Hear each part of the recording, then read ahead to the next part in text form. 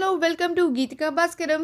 వాతావరణం చల్లబడింది కదా, హాయిగా సేద తీరుతున్నారా? కానీ వర్షంలో మాత్రం ఎక్కువగా తడవకుండా తగిన జాగ్రత్తలు అయితే తీసుకోండి. ఇక ఈరోజు టాలీవుడ్ అప్డేట్స్ ఏంటో చూద్దాం. విజయ్ దేవరకొండ పుట్టినరోజు సందర్భంగా ఎస్విసి ప్రొడక్షన్ విజయ్తో చేయబోతున్న నెక్స్ట్ సినిమా లైన్ గురించి రిలీజ్ చేసింది. కత్తి నేనే, నెత్తురు నేనే, యుద్ధం నాతోనే అంటూ పోస్టర్ ద్వారా రిలీజ్ చేశారు. దీంట్లో విజయ్ బ్లడ్తో ఉన్న సగం విరిగిన కత్తిని పట్టుకుని ఉన్నారు.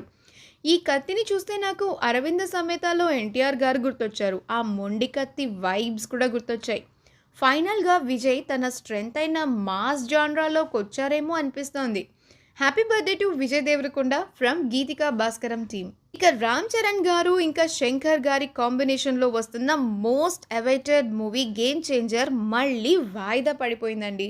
ముందుగా ఈ సినిమా అక్టోబర్లో రిలీజ్ అనుకున్నారు. కానీ ఇప్పుడు 2025 సంక్రాంతి కానీ లేకపోతే 2025 సమ్మర్ హాలిడేస్ అని కానీ ఇండస్ట్రీలో టాక్ నడుస్తోంది. RRR క్రేజ్ తర్వాత వస్తున్న సినిమా ఇది. ఈ క్రేజ్ సమయంలోనే సినిమా రిలీజ్ అయిపోయి ఉంటే రామ్ చరణ్కి బాగా ప్లస్ అయ్యేదని ఆయన కొంతమంది ఫ్యాన్స్ బాధపడుతుంటే, ఇంకొంతమంది ఫ్యాన్స్ లేట్ అయినా పర్వాలేదు, రికార్డ్ హిట్ ఇచ్చే మూవీ అవ్వాలి అనుకుని హ్యాపీగా ఫీల్ అవుతున్నారు. Nikhil Siddharth upcoming unique story movie Swayambhu movie last year motion పోస్టర్ని రిలీజ్ చేశారు పిక్సెల్ స్టూడియోస్ వాళ్ళు. స్వయంభూ దగ్గర నుంచి పోయిన మంత్ దాకా ఒక్క అప్డేట్ కూడా లేదు. లాస్ట్ మంత్లో నభా నటేష్ గారిని ఇంట్రడ్యూస్ చేశారు. ఇంకా నిన్న ప్రొడక్షన్ హౌస్ నుంచి ఒక లేటెస్ట్ అప్డేట్ ఏంటంటే గ్రాండ్ సేల్ ఎపిక్ వార్ సీక్వెన్స్ని షూట్ చేస్తున్నట్టు, అది కూడా 12 days షెడ్యూల్ ఉన్నట్టు. ఇంకా ఈ సీక్వెన్స్ మొత్తం బడ్జెట్ 8 కోట్లని సోషల్ మీడియాలో టాక్ నడుస్తుంది. ఏమైనా నిఖిల్ స్క్రిప్ట్ సెలెక్షన్ చాలా బాగుంటుంది కాబట్టి all the best to Nikhil.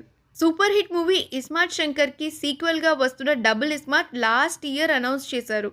ఇంకా ఆ మూవీ నుంచి వస్తున్న latest update teaser cut ready అయిపోయింది. ఇంకా రామ్ కాంబోలో ఇస్మార్ట్ శంకర్ సూపర్ హిట్ అయింది.